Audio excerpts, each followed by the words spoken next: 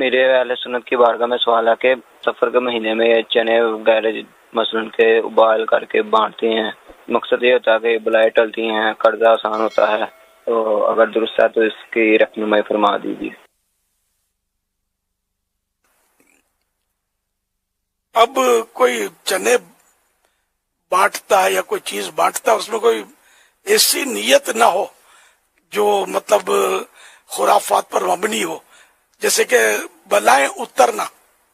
اب یہ سفر میں ایسا کچھ ہے نہیں کہ خصوصیت کے ساتھ سفر میں بلائیں اترتی ہیں، جیسے لوگ معاذ اللہ اس کو منوس سمجھتے ہیں سفر کو، اور بلاؤں کا مہینہ سمجھتے، تو ایسا کچھ بھی نہیں ہے۔ حدیث پاک میں صاف فرما دیا ولا سفرا، سفر میں کوئی اس طرح کی چیز نہیں ہے، اس میں کوئی نحوست نہیں ہے۔ اب اس نیت سے تو عام طور پہ یہ بانٹے نہیں جاتے چنے۔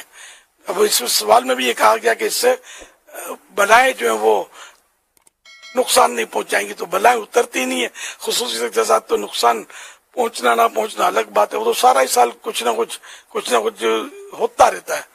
سفر کی خصوصیت اس میں نہیں ہے۔ اس طرح کسی یعنی کہ غلط چیز کو رواج نہ دیا جائے۔ صلو علی الحبیب صلی اللہ علی محمد محمد صلی اللہ علیہ